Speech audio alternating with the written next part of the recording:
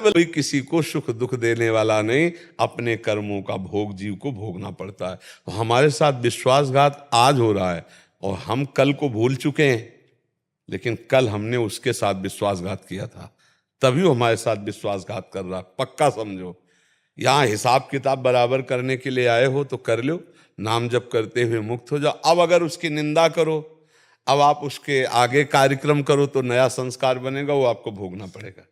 बिना हमारा कर्म बिगड़े कोई हमको दंड नहीं दे सकता, खुली आम बात है। अब हमको ज्ञान नहीं, बोले बेमतलब का उत्तर दे दिए, बोले कि तुम्हारे कर्म रहा होगा।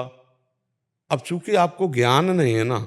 अच्छा, अभी इसी जन्म की बात बताओ, 9 महीने माँ के गर्भ में रहे, आपको याद है कुछ? तो कितनी याद है? पूर्व जन्म की बात छोड़ो, हम इसी जन्म की कह रहे हैं। 9 महीना अपने माँ के गर्भ में हम सब रहे हैं, कुछ याद नहीं है कि क्या हालचाल थे आपके?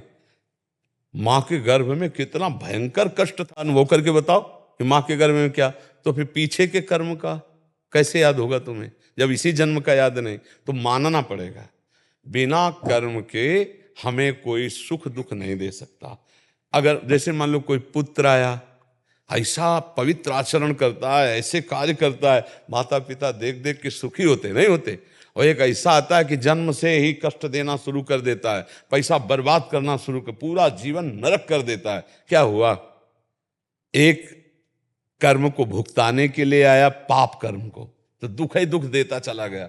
एक आया पुण्य कर्म को भुगताने के लिए, कि उसके आचरण देख देख कर, उसका व्यवहार देख देख कर माता पिता का हृदय शीतल होता है। क्योंकि तुमने थोड़ी पुत्र की रचना की है, कि सब कोई चाहता है हमारा पुत्र हमें सुख देने वाला बने, तुम्हारे कर्म ने रचना की है। अब कोई ऐसे आते हैं कि जन्म से ही बीमारी शुरू हो गई, पैदा होते ही लाखों करोड़ों रुपए खर्चा हुए और फिर इसके बाद पधार गए, रुपया भी बर्बाद हो गया और चले गए। वो अपना कर्जा लेने आए थे। एक आया कि बचपन से कमाना शुरू किया और माता पिता को खूब सुख प्रदान किया, वो आया है हिसाब देने के लिए, वो हिसाब दे रहा है। हमारी बात मान लो, अध्यात्म के विषय की बात कह रहे हैं। यहाँ कोई किसी को सुख दुख नहीं देता, अपने कर्मों को हम भोगने के लिए आए। अब क्या करें? अपने कर्मों को भोग लें और नाम जप करके अगली फसल अच्छी कर ले।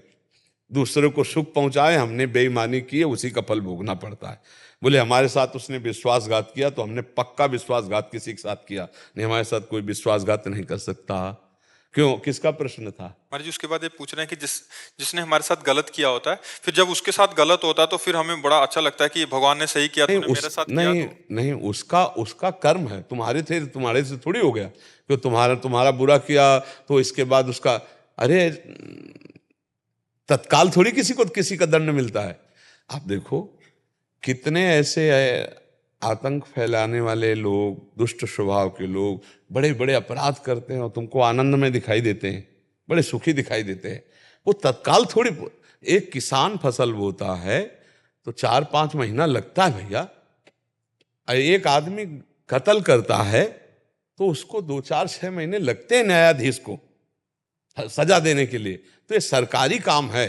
अब आपका कोई बेईमानी की और तत्काल उसका एक्सीडेंट हो गया, हाथ पैर टूट गया, तो आप समझते हो कि आपका करने नहीं नहीं, उसका वो कर्म संयोग चल रहा है। तुम्हारा कर्म संयोग तुमको भुगतना, उसका कर्म संयोग भुगतना। क्या एक भक्त को ऐसी भावना भी नहीं आनी चाहिए? नहीं करनी चाहिए, नहीं उससे करनी। उसको भगवत प्राप्ति में बाधा होती है महाराज जी। स्वयं के बाधा होती है। जो हमारा अपमान करे, जो हमारे साथ धोखा करे, अगर उसको कष्ट पड़े तो हमें भगवान से प्रार्थना करनी चाहिए, प्रभु उसकी बुद्धि शुद्ध कर दो, उसका मंगल करो नाथ, आप तो मंगल भवन है। तो उससे क्या होगा? उसका मंगल हो कि ना हो, आपका मंगल हो जाएगा। और आपको अच्छा लगा, भोगा ना, तो वो भोगेगा जो भोगेगा। अब आप जो नया कर्म कर रहे हैं, ये आपके लिए बहुत महंगा पड़ जाएगा। इन बातों को कोई समझता नहीं ना, ये अध्यात्म का विषय है। उसको बड़ा सुख मिलता है कि देखा ना अपने कर्म का फल भोगा। और आप ये जो अब नवीन आपका चिंतन बन रहा है, दूसरे के प्रति द्रोह बन रहा है, द्वेष बन रहा है, ये आपको जलाएगा। इसलिए बहुत संभल के देखो, हम यहाँ आए मुक्त होने के लिए।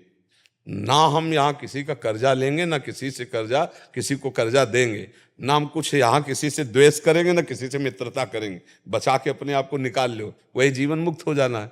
अब ये कर्म फंसाता रहता है जीव, तो आगे जन्म फिर लेना पड़ेगा।